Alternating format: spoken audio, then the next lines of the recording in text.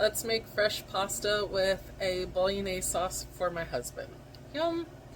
I have not made a pasta, like fresh pasta, in like 7 years since culinary school. My husband usually makes it for us, but he wanted something really nice for dinner and I want to surprise him. So let's attempt it and hope it goes well. So I've got here, right here, 1 cup of flour. I'm using all-purpose because I don't have semolina flour and I don't keep it in my house because I'm only going to use it for pasta. We don't make pasta a lot. So you're going to measure out 1 cup of just all-purpose flour and then half a teaspoon of salt, mix it together and make like a well right in the middle of it. And then you're going to crack 2 eggs in here and just pour them right in the middle. And all you're going to do is scramble them up a little bit like this. Ooh, it's already seeping to the side. Oh my goodness. Oh my goodness. Okay, this is real time, baby. Just give me a minute.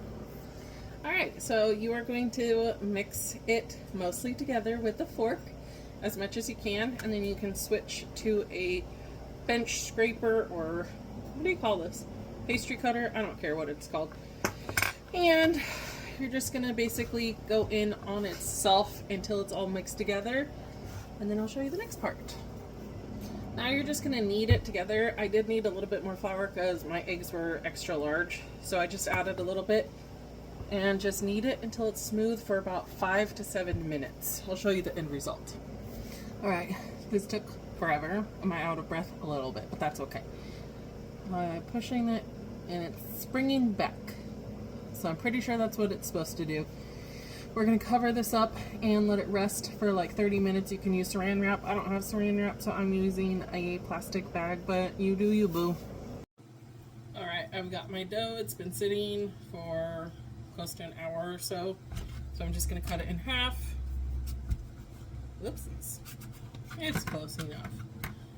And there it is. And now I'm just going to, I don't know, go like this a little bit with my hands. I'm going to put a little bit of flour on this because it's super sticky, and if it goes through the machine, then it will not come out. Alright, I've got my machine set up. Like I said, I haven't done this in a couple years. So it's on setting 1 because you always want to start low and then work yourself up to the higher one, I think. So we're going to test it out. We're going to turn this on, and here it goes. Maybe not. Okay, better sound. So I just stretched out a little bit.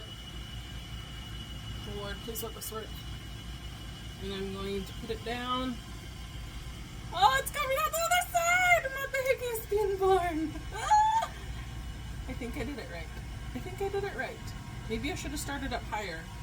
I honestly don't know, but it's making something, so I'm going to hit stop and do the other one as well.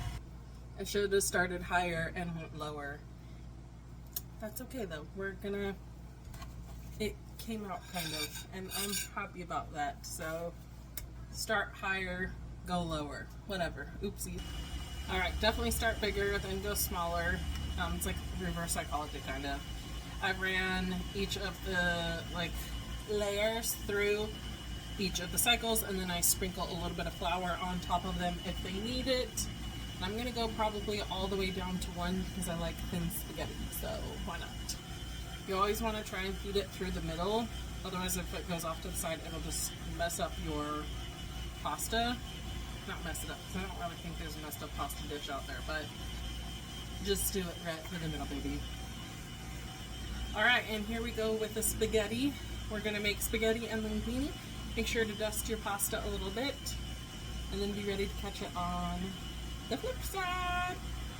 Oh my goodness, look at that! Wow, that's really thin spaghetti. I should have gone with the next one up. But you know what? You live and you learn. Thin spaghetti is not a problem in my life. And that's okay. This made a ton of spaghetti. Whoopsies.